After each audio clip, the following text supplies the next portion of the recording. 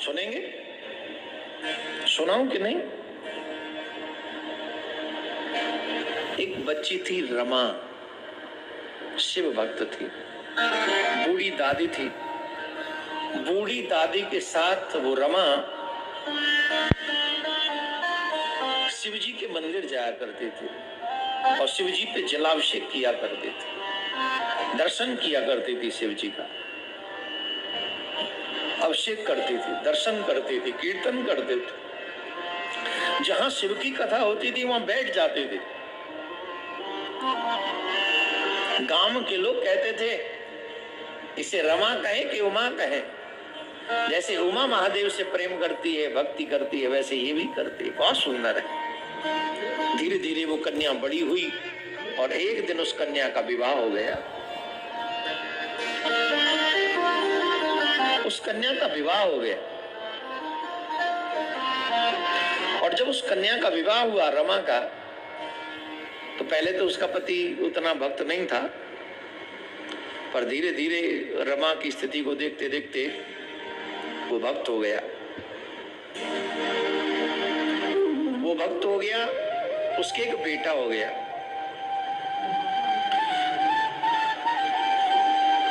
बेटा होने पर ये संयोग ही है, ये क्या कहें, ये भाग्य है अथवा जो भी आप समझे वो समझे।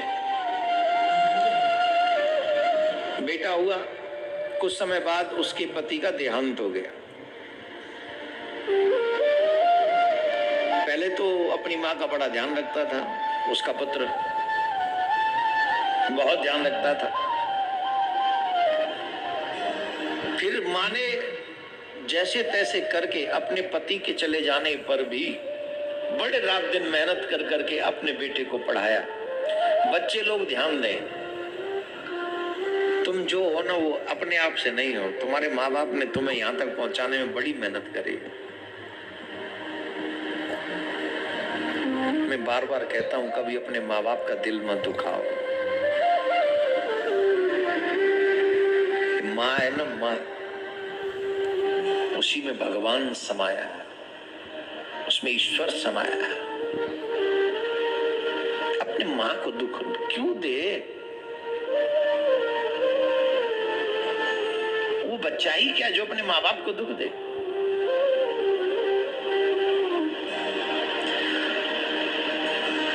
रात दिन मेहनत कर करके, रात दिन मेहनत कर करके उसने अपने बेटे को पढ़ाया, पढ़ा लिखा कर उसे अच्छी जॉब दिलवाई और जब उसको अच्छी जॉब मिल गई तो उसका विवाह भी हो गया। विवाह हो गया और विवाह में पढ़ी लिखी, जब बेटा पढ़ा लिखा है तो पढ़ी लिखी बहू भी आ गई और पढ़ी लिखी बहू आ गई तो बस पढ़ी लिखी बहू को क्या चाहिए है?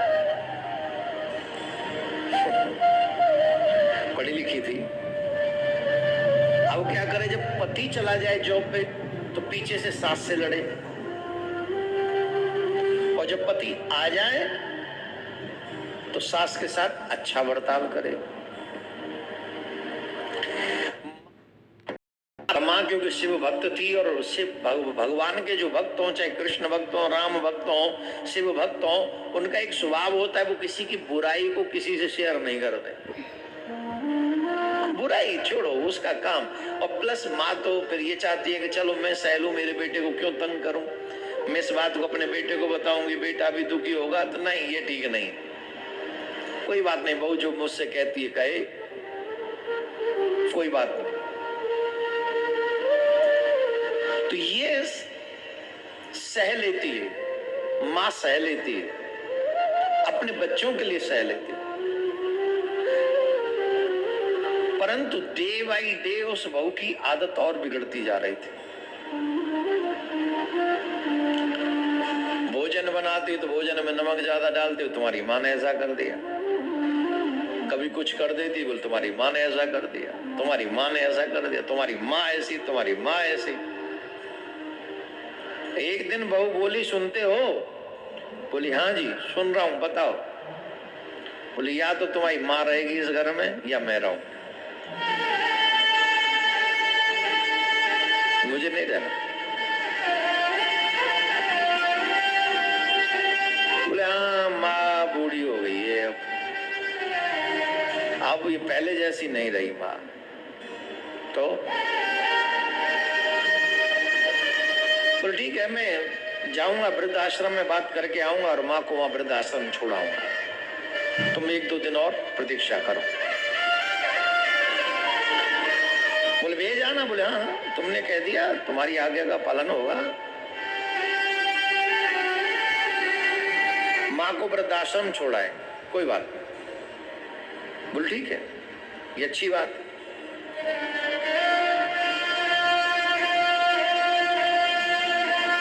ये बात माँ ने सुन ली, ये बात माँ ने सुन। अपने कमरे में गई, दरवाजा बंद किया और अपने पति के चित्र के सामने, वहीं शिव जी का भी दर्शन कर रही थी, पति के सामने पहुंची और पति के सामने पहुंचकर कहने लगी, सुनते हो, हमारा बेटा बड़ा हो गया है, हमारा बेटा बड़ा हो गया है और बेटे की दृष्टि में अब मैं बूढ़ी हो गई हूँ, अब मैं घर में रहने योग्य नहीं रही। अब मेरा बेटा कहता है कि मैं इसे वृद्धाश्रम छोड़ाऊंगा।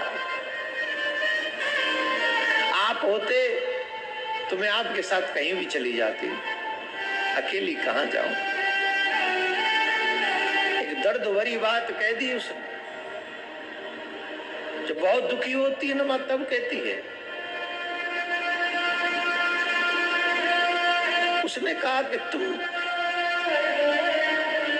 अकेले क्यों चले गए, मुझे भी ले चलते,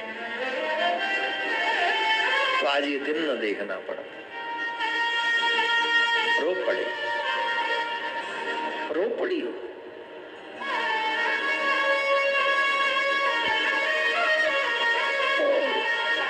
अचानक से उस तस्वीर में से आवाज आई, क्यों रोती हो रमा, तुम्हें नहीं रोना चाहिए, क्यों रोती हो, रो नहीं। बोले रो ना, तो बेचारी आश्चर्य में पड़ गई, आवाज कहां से आ रही है, इधर उधर देखने लगी।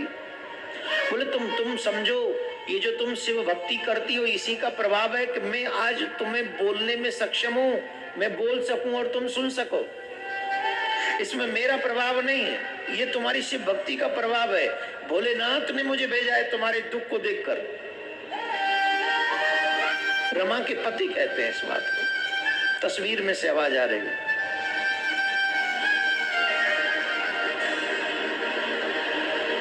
तुम्हारी भक्ति को देखकर भोलेनाथ ने मुझे भेजा है। ये तुम्हारे रोने के लिए नहीं है समय, तुम्हें रोना नहीं चाहिए।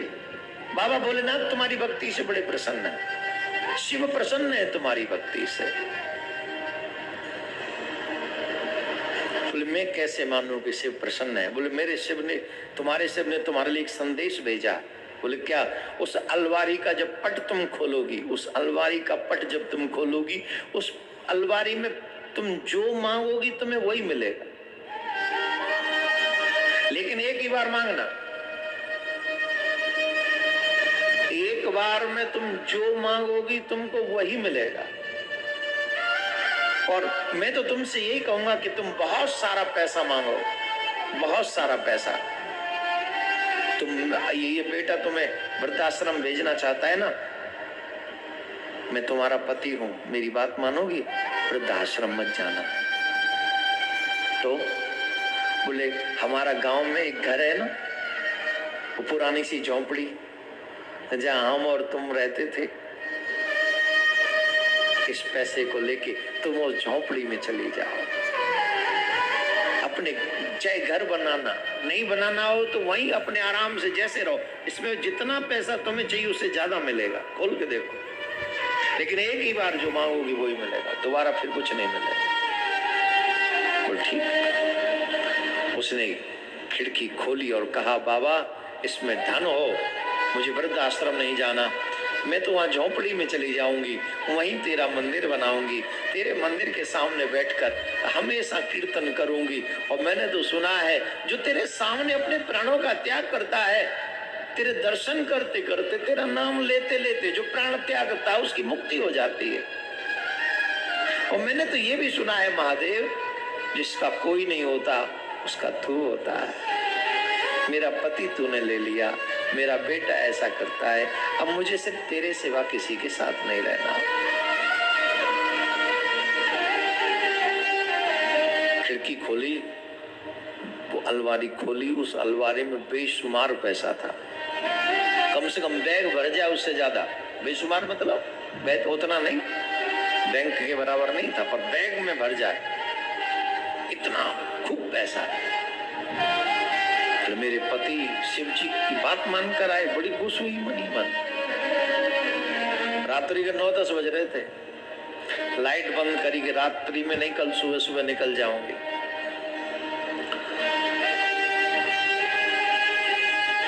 बैग में पैसा भर रही थी, उसकी बहू देख रही, ये क्या कर रही रात में बुढ़िया, अभी तक जगी हुई है, बुढ़िया सोई नहीं है, बुढ़िया अभी तक सोई नहीं है। सोचा तो कमरे में धीरे धीरे घुसी, देखा बुढ़िया नोट संभाल रही, नोट संभाल रही है। अभी उसको ये भी पता था मेरे पास तो इतने नोट थे ही नहीं। दौड़ी दौड़ी गई, सुनते हो सुनते हो सुनते हो, हम नहीं जानते तो तुम्हारी माँ ऐसी है। बोले क्या हुआ? अरे हम और तुम 7 जन्म तक इतना पैसा नहीं कमा सकते जितना पैसा उसके पास है। इतना पैसा लेके बैठी हुई और हमारी हेल्प नहीं करती है तुम्हारी माँ। मैं तो कहती हूँ पैसा छुड़ा लो, धक्का मारो, इसे वृद्धाश्रम भी मत भेजो। इतनी कपटी है, इसने बताया नहीं इस पे पैसा है। बेटे ने कहा तुम ऐसे मत कहो, सुबह जब मैं वृद्धाश्रम छोड़ने जाऊंगा तो माँ से मैं किसी भी तरीके से वो बैग ले लूंगा, तुम अभी कुछ मत कहना माँ से। बोल ठीक। सुबह हुआ, दूसरा दिन हुआ, दूसरे दिन जब भोर हुआ तो उसका बेटा, जो माँ का बेटा था, वो किसी कार्य से बाजार गया सामान सुमान लाने कोई, और ये इसकी नजर वहीं थी रमा पे, बैग पे। तो ये गई अपनी सास के पास और सास से लड़ने लगी,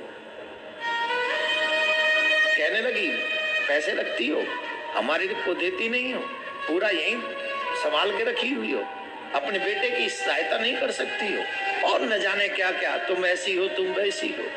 आज देखती हूँ तुम्हें वृद्धाश्रम हमेशा के लिए भिजवा दूंगी, तुम्हारी शकल तक नहीं देखूंगी। इतने में बहू का फोन बजा, फोन बजा और फोन पे कहा, जो कहा वो सुन के जो बहू थी उसके हाथ से फोन छूट गया। सास ने पूछा क्या हुआ क्या हुआ, कुछ तो बोलो कुछ तो बोलो। तो चीख चीख के रोने लगी और कहने लगी तुम्हारे बेटे का एक्सीडेंट हो गया। बाइक से गए थे, ट्रक से एक्सीडेंट हो गया, हॉस्पिटल से फोन आया, बुलाया गया।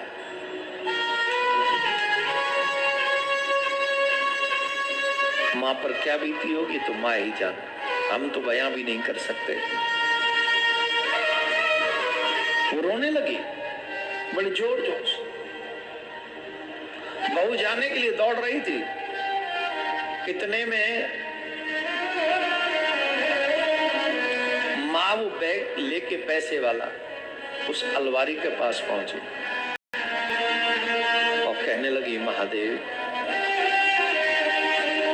ये जो तुमने पैसा मुझे दिया है ना, इसे वापस ले लो। मुझे ये पैसा नहीं चाहिए। अगर मेरी भक्ति से आप थोड़े भी प्रसन्न हैं तो कृपा कर दो मेरा बेटा ठीक हो जाए।